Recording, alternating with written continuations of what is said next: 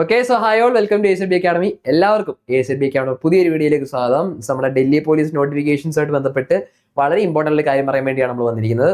അപ്പോൾ ഓൾറെഡി നിങ്ങൾക്ക് എന്താ അറിയായിരിക്കും, നിങ്ങൾക്ക് നമ്മുടെ എക്സാമും സിലബസും എക്സാം പാറ്റേൺ എല്ലാം വളരെ ഡീറ്റെയിൽ ആയിട്ട് കഴിഞ്ഞ വീഡിയോസിലെല്ലാം നമ്മൾ ഡിസ്കസ് ചെയ്തിരുന്നു.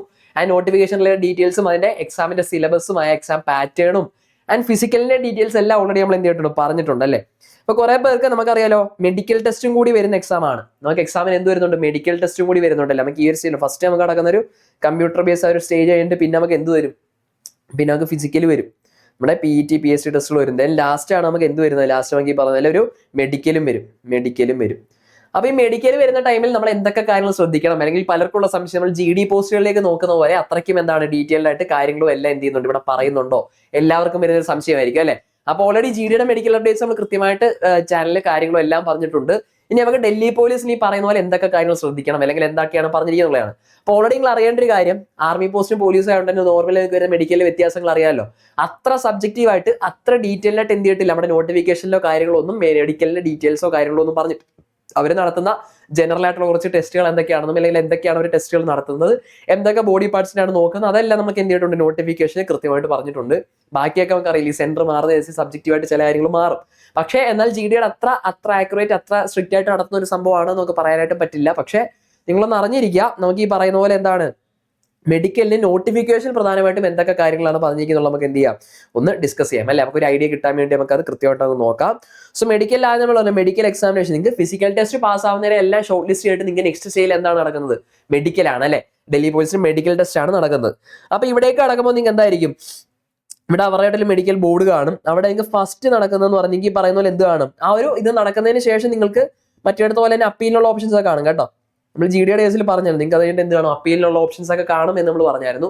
അതുപോലെ തന്നെ ഇവിടെ ആണെങ്കിലും പെർമനന്റ് അല്ലെങ്കിൽ ടെമ്പററി റിജക്ഷൻ ആണെന്നുണ്ടെങ്കിൽ നിങ്ങൾക്ക് എന്താണ് അപ്പീലിനുള്ള ഓപ്പർച്യൂണിറ്റിയും കാര്യങ്ങളെല്ലാം ഉണ്ട്. അതിനുശേഷം നിങ്ങൾക്ക് ഇപ്പോൾ ട്രീറ്റ്മെന്റ് നടക്കുന്നതാണെന്നുണ്ടെങ്കിലും അതിന്റെ ഒരു ടൈം പീരീഡുകളെല്ലാം നിങ്ങൾക്ക് എന്ത് ചെയ്യും, ഇതിന്റെ ഭാഗമായിട്ട് കിട്ടുകയെല്ലാം ചേരും.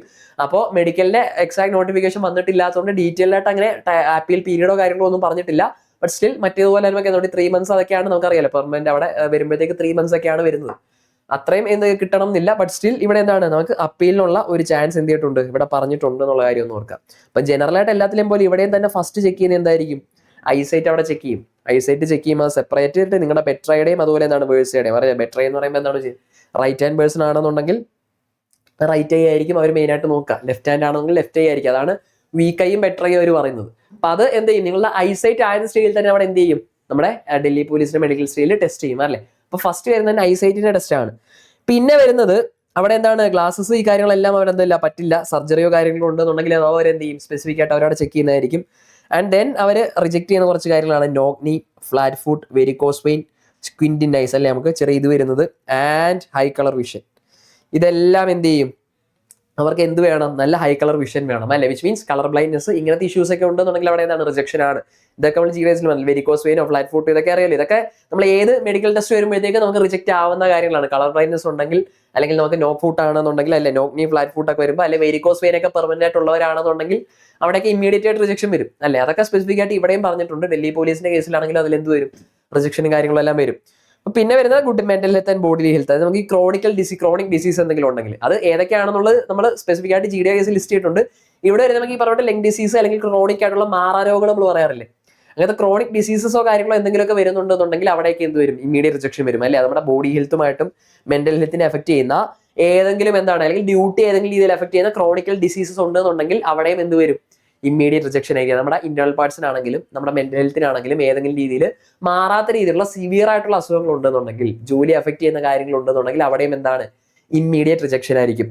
ഓക്കെ, ദെൻ നമുക്ക് വരുന്നത് എന്താണ്, നമ്മുടെ നോക്നി ഇതിന്റെ കാര്യം നമ്മൾ ഓൾറെഡി പറഞ്ഞാണ് അല്ലേ. മൂട്ടിന്റെ കാര്യം, ഫ്ലാറ്റ് ഫുഡ്, വെരിക്കോസ് വെയിന്റെ കാര്യമൊക്കെ നമ്മൾ ഓൾറെഡി പറഞ്ഞു. ദെൻ ബോഡി ഹെൽത്തിന്റെ കാര്യം അല്ലെ, മെന്റൽ ഹെൽത്തിന്റെയും ബോഡി ഹെൽത്തിന്റെയും കാര്യം നമ്മൾ എന്ത് ചെയ്തു, ഓൾറെഡി നമ്മൾ പറഞ്ഞു കഴിഞ്ഞു. നെക്സ്റ്റ് നമുക്ക് വരുന്നത് ഇവിടെ എന്തൊക്കെ ടെസ്റ്റുകൾ നടക്കും. നോർമലായിട്ട് ഇതിന്റെ മെഡിക്കൽ ടെസ്റ്റ് പോകുമ്പോൾ നമുക്ക് അവിടെ നടക്കുന്ന ടെസ്റ്റുകളും കാര്യങ്ങളൊക്കെ അറിയാമല്ലോ.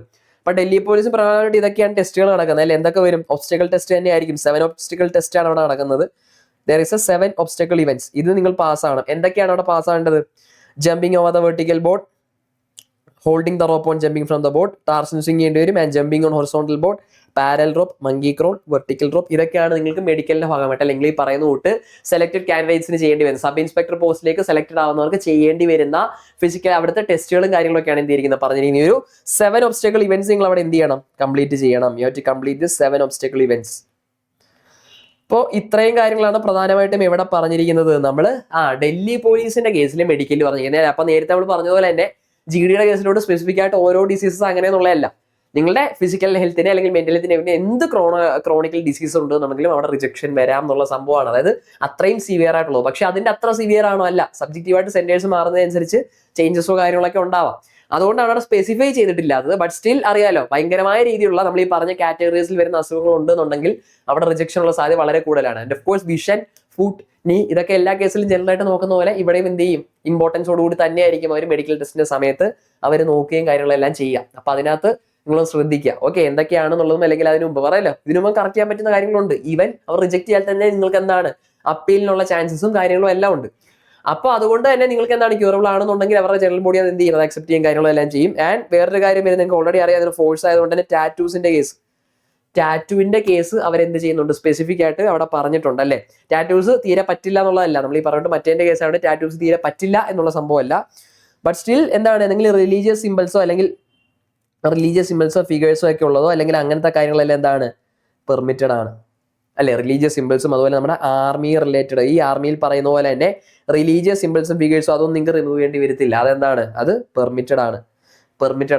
ആൻഡ് ഇത് എവിടെയുള്ള ടാറ്റൂസ് മാത്രമേ ഇവർക്ക് അക്സെപ്റ്റ് ചെയ്യാനായിട്ട് പറ്റുകൊണ്ട് traditional sets of the body like inner aspect of forearm, but only left ഫോർ ആമിൽ മാത്രമേ നിങ്ങൾക്ക് എന്ത് ചെയ്യാൻ പറ്റൂ, അത് ചെയ്യാനായിട്ട് പറ്റൂ. Then non saluting limb or dorsum, ഇതൊക്കെയാണ് പറഞ്ഞത്. ഇതൊക്കെ എന്താണ്, ഇതൊക്കെ അവിടെ അലൗഡ് ആണ് അല്ലെ. നമുക്ക് ഈ പറഞ്ഞിട്ട് കവർ ചെയ്തുള്ള ബോഡി പാർട്സ് ഉള്ള മാത്രമല്ല, പക്ഷെ ഏറ്റവും ശ്രദ്ധിക്കേണ്ട കാര്യം എന്ന് പറയുന്നത് വലിയ ടാറ്റൂസ്, അതായത് size must be less than 1/4 of the particular part. അതായത് നിങ്ങളിപ്പോൾ ഈ പറഞ്ഞ പോലെ ജസ്റ്റ് ഒരു എക്സാമ്പിൾ ഈ ഒരു രീതിയിലാണ് ചെയ്യുന്നതെന്നുണ്ടെങ്കിൽ നിങ്ങൾ എന്ത് ചെയ്യുക, ഈ ഒരു രീതിയിലേക്ക് ടാറ്റൂവും കാര്യങ്ങളെല്ലാം വരുമ്പോഴത്തേക്ക് ആ ഒരു പാർട്ടിന്റെ 1/4 മാത്രമേ വരാനായിട്ട് പാടുള്ളൂ. എൽബോയും കാര്യങ്ങളെല്ലാം വരുമ്പോഴത്തേക്ക് ഒരു 1/4 ആ ഒരു പർട്ടിക്കുലർ പാർട്ടിന്റെ 1/4 മാത്രമേ എന്ത് വരാനായിട്ട് പാടുള്ളൂ, ടാറ്റൂവും കാര്യങ്ങളെല്ലാം വരാനായിട്ട് പാടുള്ളൂ. അപ്പൊ ഇത്രയും കാര്യങ്ങളെ മെഡിക്കലിനകത്ത് സ്പെസിഫൈഡ് ആയിട്ട് നമ്മുടെ നോട്ടിഫിക്കേഷൻസിൽ എന്ത് ചെയ്തിട്ടുള്ളൂ, പറഞ്ഞിട്ടുള്ളൂ. ബാക്കി ഇൻസ്ട്രക്ഷൻസും കാര്യങ്ങളെല്ലാം അപ്കമിങ് മെഡിക്കലും കാര്യങ്ങളെല്ലാം വരുമ്പോഴത്തേക്ക് കുറച്ചും കൂടെ ഡീറ്റെയിൽ ആയിട്ട് അവർ പ്രത്യേകം എന്ത് ചെയ്യും, കാര്യങ്ങൾ വരും, റിലീസ് ചെയ്യും. അപ്പോൾ കുറച്ചും കൂടെ സ്പെസിഫിക് ആയിട്ട് കാര്യങ്ങളെല്ലാം പറയും. പക്ഷേ ജനറൽ ആയിട്ട് ഇത്രയും കാര്യങ്ങൾ എന്ത് ചെയ്യുക, അറിഞ്ഞിരിക്കുക. ഭയങ്കര സ്ട്രിക്റ്റ് ആണോ, GD പോലെയാണോ അല്ല, സ്റ്റിൽ കണ്ടീഷൻസ് ഉണ്ട്, റെഗുലേഷൻസ് ഉണ്ട്, അറിയാമല്ലോ.